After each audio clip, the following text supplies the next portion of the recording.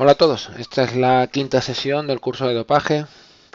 Recuerdo un poco lo que hemos hecho hasta ahora. En la primera sesión vimos historia del dopaje, generalidades, legislación, qué agencias estaban implicadas, cuáles eran los objetivos de estas agencias.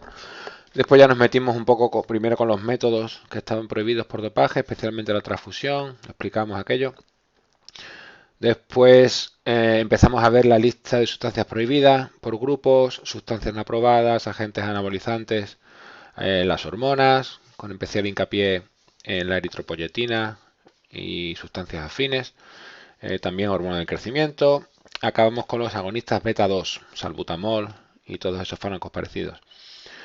Lo que vamos a ver hoy son moduladores hormonales y metabólicos, que es el grupo S4. Bien, el grupo S4 tiene a su vez 6 subgrupos. Vamos a ver los tres primeros, pero de forma conjunta. Los inhibidores de la aromatasa, los moduladores selectivos del receptor de estrógeno, en inglés, Selective Estrogen Receptor Modulators, y otras sustancias antiestrogénicas. Esos tres vamos a verlos juntos, ya comentaré ahora el porqué. Y después acabaremos hoy con los inhibidores de la miostatina. En la siguiente clase ya veremos los moduladores metabólicos, sobre todo de insulina, y el meldonium. Vamos con estos tres subgrupos que, repito, los vamos a estudiar juntos. Los vamos a estudiar juntos porque se utilizan para lo mismo. Los inhibidores de la aromatasa, los SERMs y otros antiestrogénicos se utilizan como inductores de la ovulación en tratamientos de fertilidad, pero sobre todo en tratamiento antineoplásico, en el cáncer de mama. Y ahora explicaré, y es un poco complicado, y yo comprendo que a vosotros como fisioterapeutas quizás os queda un poco lejos estas aplicaciones clínicas, pero vamos a intentar entender cómo, cómo un fármaco que se utiliza para la quimioterapia se utiliza también para el doping, para el dopaje, cómo aumenta tu rendimiento, porque digamos que no es lo primero que se le viene a la cabeza a uno cuando hablamos de fármacos dopantes, fármacos antineoplásicos, fármacos de quimioterapia. Bien, para eso lo que tenemos que ver un poquito primero es qué es el cáncer. El cáncer es la multiplicación y diseminación incontrolada de formas anormales de células del propio organismo. ¿Por qué es tan difícil tratar el cáncer? Bueno, pues es mucho más difícil tratar el cáncer que una infección por bacterias, porque lo que hay que matar es muy parecido a las células que tenemos que dejar en paz. Es decir, si tú tienes una infección por estreptococo, tú puedes tomar antibióticos contra el estreptococo. Un estreptococo es muy diferente de una célula que está infectada por el estreptococo. Con lo cual, el fármaco es raro que se equivoque. Vas a tener efectos adversos, por supuesto, pero es muy difícil que un fármaco ataque a una célula normal cuando su objetivo es el estreptococo. Pero en quimioterapia no es así. En quimioterapia, una célula cancerosa y una célula sana son muy parecidas porque las células cancerosas son nuestras, con unas pequeñas diferencias que vamos a resaltar ahora.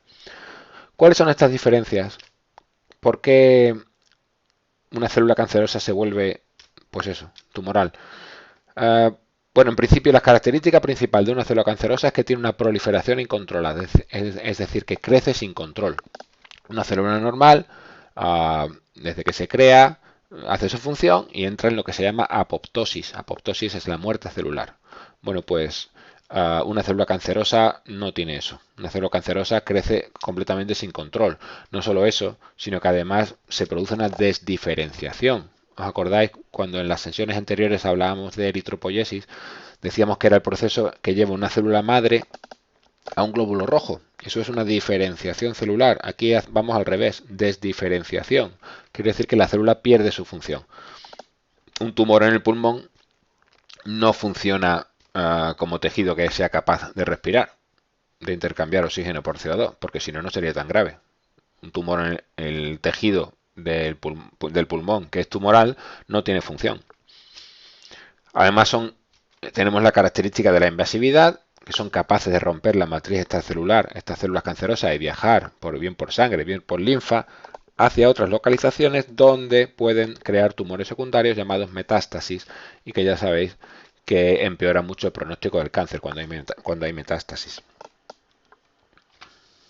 Bueno, esto sería una representación, veis la célula tumoral, Veis como la del medio es la azul clara, es la que tiene la mutación, va creciendo, se forma el tumor y se rompe la matriz extracelular y las células cancerígenas pasan a sangre o a linfa y de ahí viajan hasta crear un tumor secundario.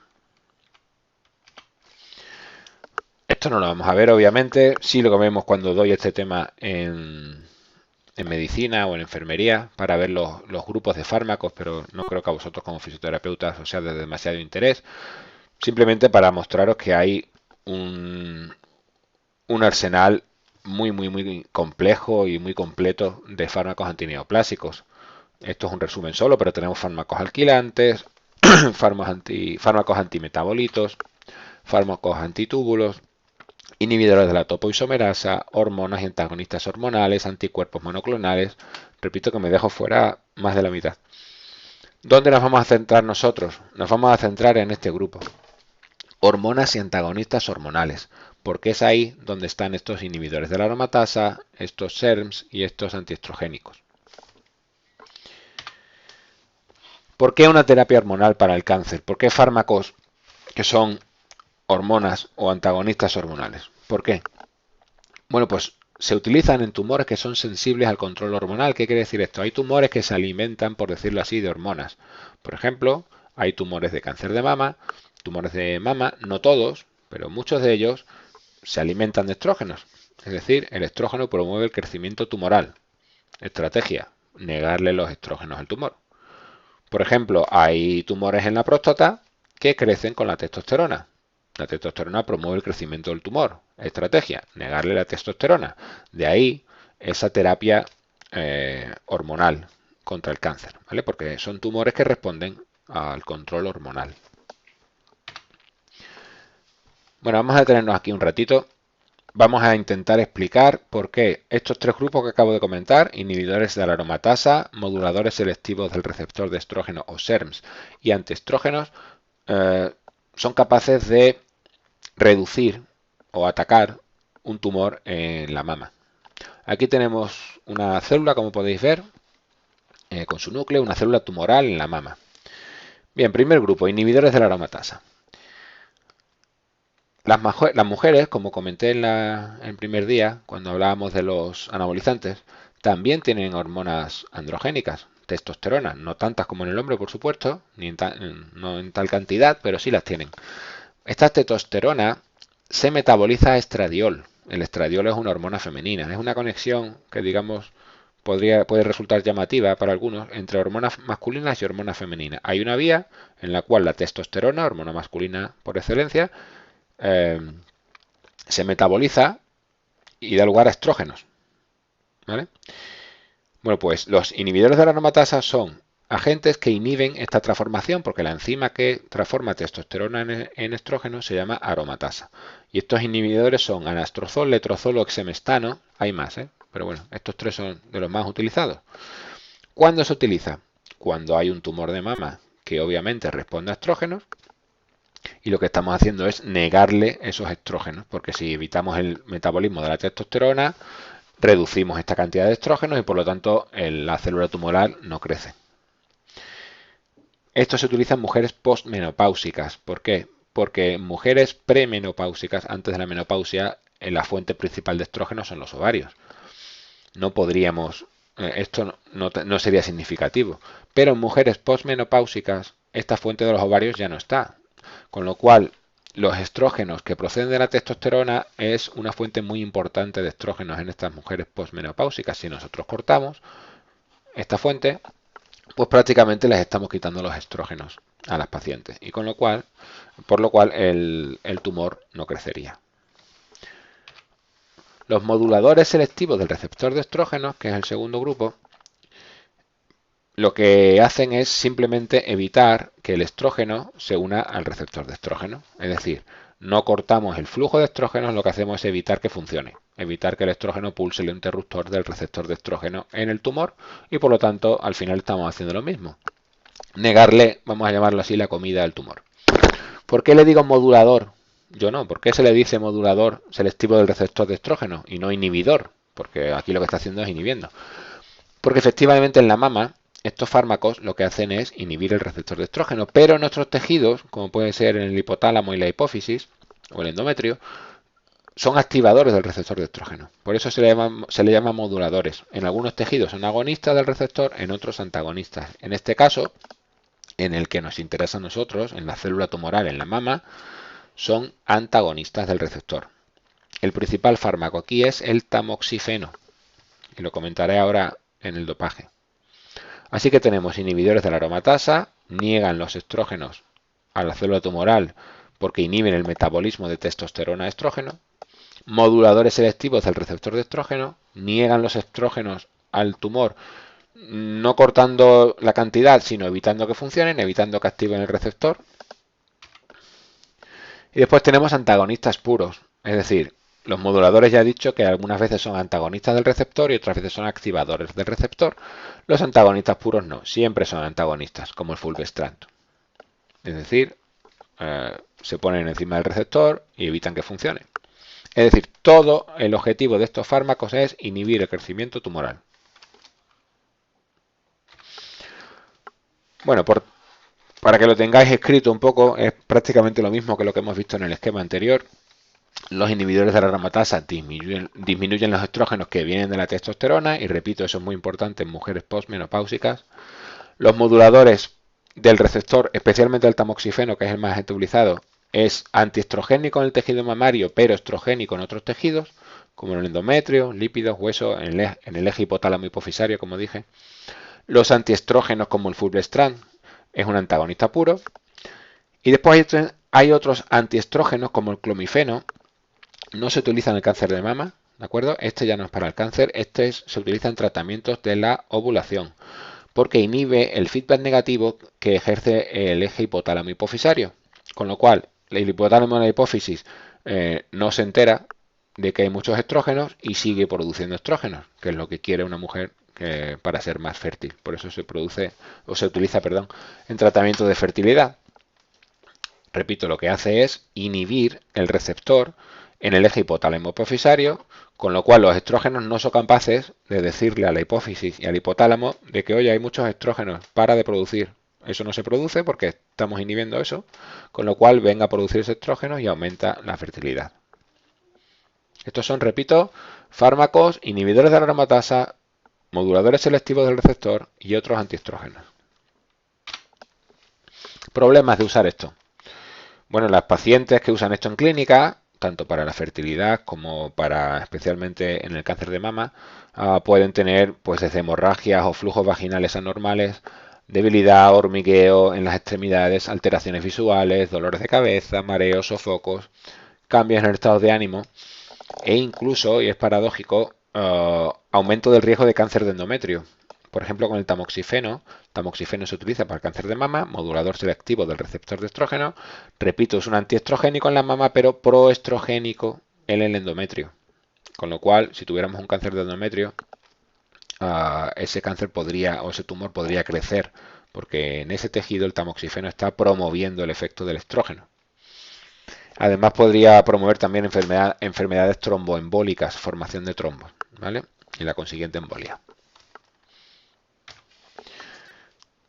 Bueno, y ahora vamos a intentar explicar el por qué estos fármacos, que nadie pensaría, supongo yo, que se pueden utilizar en el doping o que mejoran el rendimiento deportivo, por qué se utilizan como agentes dopantes.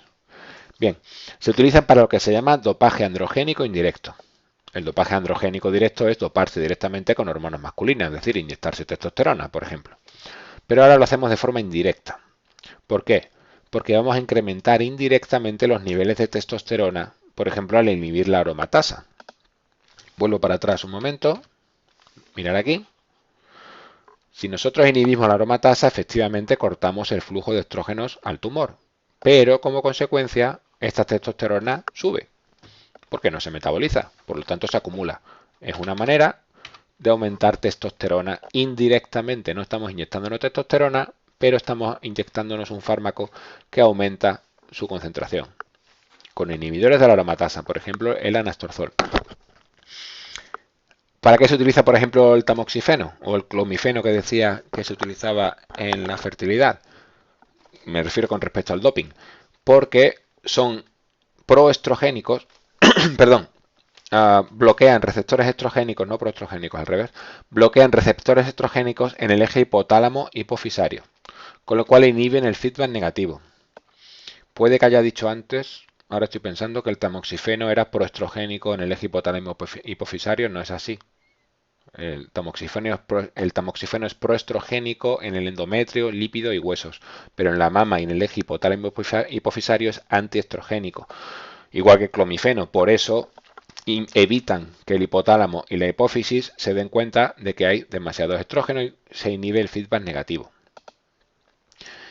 Además, previenen la ginecomastia en tratamiento con esteroides anabolizantes en hombres, por ejemplo el tamoxifeno. Recuerdo que la ginecomastia, cuando uno tomaba testosterona, parte de esta testosterona se metabolizaba a estradiol, estrógenos en la mama, y por eso se producía un crecimiento de la mama en el hombre.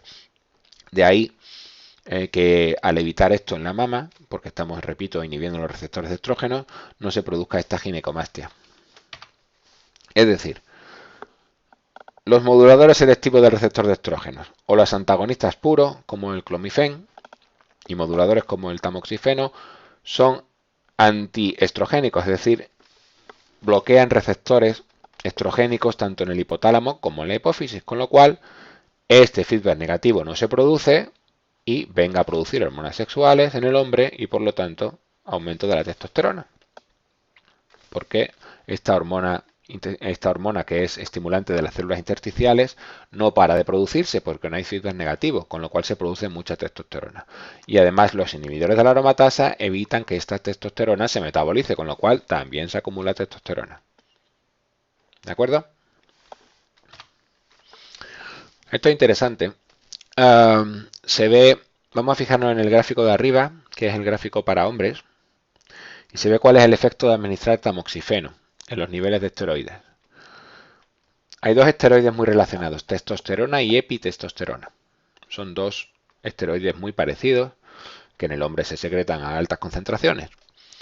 Lo que hace las máquinas detectoras, por llamarlo así, los HPLC, los cromatógrafos, los espectrómetros de masa, es decir, la tecnología que va a detectar si una muestra es positiva o negativa, no detectan solo testosterona, detectan el ratio testosterona-epitestosterona. Es decir, buscan si ese ratio aumenta. Si uno se administra testosterona, si se está pinchando testosterona, solo aumenta el numerador. Luego el ratio aumenta.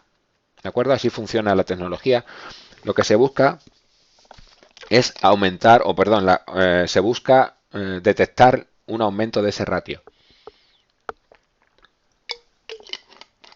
Porque aumenta el numerador, la testosterona, porque te la estás pinchando, pero como no te estás pinchando epitestosterona, solo aumenta el numerador y por lo tanto el ratio aumenta. Pero el tamoxifeno aumenta con este mecanismo que acabo de explicar aquí. El tamoxifeno aumenta tanto la epitestosterona como la testosterona y se ve bien aquí. La epi son los cuadros, la testosterona son las cruces. ¿De acuerdo? Vemos como cuando se administra tamoxifeno aquí en la flecha verde, ambos, los cuadros y las cruces, la testosterona y la epitestosterona suben. Y si sube el numerador y el denominador, el ratio, que son los triángulos, podéis ver que se mantiene estable. Con lo cual no se detecta un positivo, porque la máquina, repito, lo que busca es variaciones en el ratio. Y el ratio, como veis aquí, se mantiene estable. Esa es la ventaja del dopaje androgénico indirecto frente al directo. En el directo inyectamos solo testosterona, con lo cual el ratio cambia y se coge fácilmente el positivo. En el indirecto aumenta tanto la testosterona como la epitestosterona, el ratio no cambia y por lo tanto no se detecta el positivo. En mujeres ese aumento no es significativo, ¿de acuerdo? Solamente es significativo, como veis en esta gráfica, ese aumento solo es significativo en hombres. Es decir, repito, el positivo por testosterona se establece por la presencia de su isómero óptico epitestosterona. Lo normal es un ratio 1-2, es decir, 1 unidad de testosterona, 2 unidades de epitestosterona. Para que sea positivo, ese ratio se tiene que invertir. No solo invertir, sino aumentar un poquito. Ser 3-1. 3 de testosterona, 1 de epitestosterona. Eso sería un positivo. Repito, la ventaja para el atleta tramposo, del dopaje androgénico indirecto es que suben los dos, por lo tanto el ratio no cambia, se quedaría 1-2. Casos de gente que se está dopando con fármacos que se utilizan en la terapia del cáncer de mama. Si a alguien le gusta el baloncesto, Nick Calaces es el base de la selección griega. Este pasado campeonato del mundo era el base titular de la selección griega, juega en Grecia, jugó en la NBA, en los Memphis Grizzlies, un par de temporadas, lo suspendieron 20 partidos tras dar positivo por tamoxifeno. Un saltador español, Raúl Fernández, dio por tamoxifeno positivo también. Me hace gracia esto. Según su entrenador, le fue recetado para resolver sus problemas musculares. No tiene mucho sentido. Y esto es una noticia, vosotros igual ya no os acordáis, pero Deco era un mediocampista del Barcelona estupendo. Portugués, de origen brasileño, nacionalizado portugués. Dio positivo. Una vez retirado, ya justo cuando se retiró, había dado positivo por tamoxifeno. Probablemente se retiró por aquello. Lo que pasa es que cuando fueron a certificar ese positivo en Suiza, dio positivo en Brasil, hubo un fallo, no se sabe qué pasó entre Brasil y Suiza y parece que no se pudo garantizar la custodia de la muestra y cuando fueron a realizar el análisis en Suiza, la muestra dio negativo. Así que se le levantó la sanción. Fue un caso extraño, como poco extraño. Aquí tenéis algún artículo si alguien tiene curiosidad. Una revisión que habla de esto, del dopaje androgénico indirecto. Un poco profundizar en lo que hemos explicado. Y otro artículo diciendo que, sorprendiéndose, digamos, preguntándose si es verdad que tamoxifen, un fármaco para el cáncer de mama, se está vendiendo como suplemento dietético para culturistas. Y se está vendiendo. Se está vendiendo tanto que si uno entra en internet, esto me llevó exactamente 20 segundos, tienes tamoxifen, puedes comprar con tu visa, tienes letrozol, que es otro inhibidor de la aromatasa, tienes clomifen, que es un antiestrogénico, como he explicado, que inhibe el feedback negativo en el hipotálamo hipofisario, con lo cual tus hormonas sexuales siguen produciendo testosterona, en fin, todo esto, incluso te regalan Viagra, con 30 pastillas de clomifen te regalan Viagra. Se puede encontrar en internet, sin ninguna garantía, por supuesto, de que se estén vendiendo esto y, por supuesto, daos cuenta de que estos son fármacos contra el cáncer de mama. Se están vendiendo en internet para gente que se quiere dopar. No tiene ningún sentido.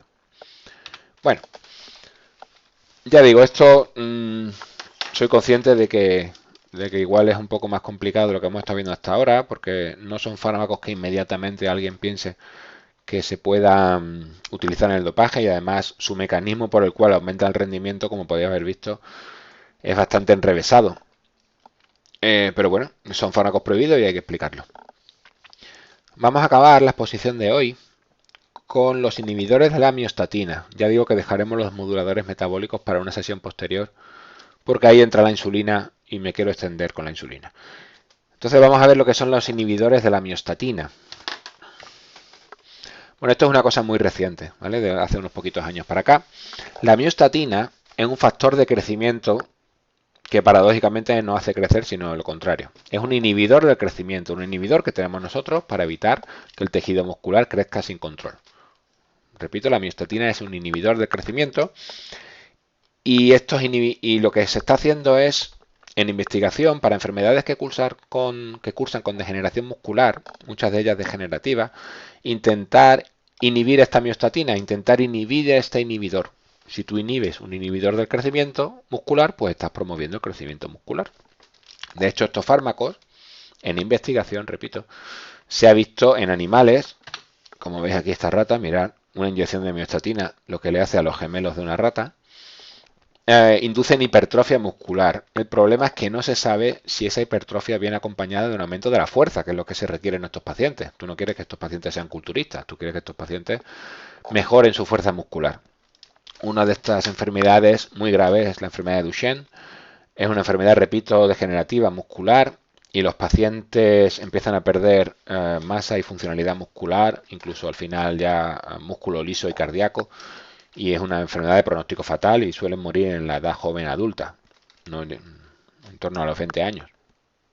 Este fármaco AC083 era un inhibidor de la miostatina, pero que se paró su desarrollo porque se empezó a ver que había ciertos efectos adversos en los voluntarios con enfermedad de Duchenne que estaban tomando el fármaco. No eran efectos adversos graves, pero hasta que no se, digamos, refine el fármaco, se ha parado la investigación ahí. Todo esto viene de aquí. Toda esta idea de inhibir la miostatina viene de este toro, el toro azul belga, que ya veis la pinta que tiene.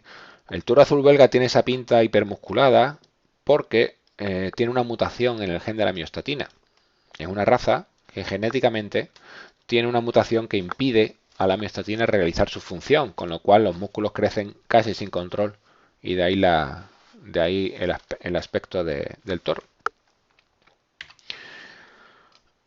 Esto se descubrió en 2004, no he oído nada más desde entonces y para ser honestos no veo ningún artículo científico que refrende la noticia y bueno, entonces lo vamos a quedar ahí en suspenso, pero en su día sí tuvo cierta repercusión.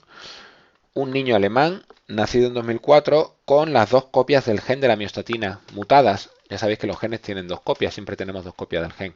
Tú puedes tener una mutación en una de las dos copias, con lo cual te llamas heterocigoto, o tienes una mutación en las dos copias, con lo cual eres homocigoto mutante, o no tienes ninguna mutación y estás bien. Bueno, pues este niño, su madre y sus hermanos eran heterocigotos y eran excepcionalmente fuertes, es decir, tenían una copia del gen mutada y la otra bien. El niño, en cambio, tenía las dos copias del gen mutadas, con lo cual se supone que no tenía capacidad de inhibir la miostatina y con lo cual sus músculos crecerían sin control. La noticia es del 2004, cuando el niño tenía solo 7 meses, pero ya podéis ver el tamaño de los cuádriceps del crío y de los gemelos. Por mucho que he buscado, no he encontrado un seguimiento de esta noticia, ni fotos del chaval crecido. Si ponéis inhibidor de la miostatina en niño, veis una foto que son obvios montajes, no he puesto nada de eso porque es bastante obvio que es mentira. Y repito que no he visto ningún artículo científico, no soy capaz de encontrar que refrende un poco la noticia. Así que lo ponemos en suspenso, pero bueno, parece que ciertos indicios sí que había. Como ocurría con el tamoxifén y esos fármacos para el cáncer de mama, también encontramos inhibidores de la miostatina en páginas, bueno, que no son científicas ni mucho menos, páginas de foros de culturistas. Funcionan los bloqueantes de la miostatina y se venden aquí inhibidor de la miostatina, MioX, gana hasta 4 kilos, 8 libras de músculo. Esto es en miotropina, que sería inhibidor de la miostatina en gotas para añadir como suplemento. En fin, toda una serie de barbaridades que se pueden encontrar en internet. Bueno, como digo, lo vamos a dejar aquí porque soy consciente de que estos tres grupos es un poco complicado el mecanismo y no me quiero extender más ni hacer la sesión más larga. Y en la próxima sesión nos meteremos con la insulina.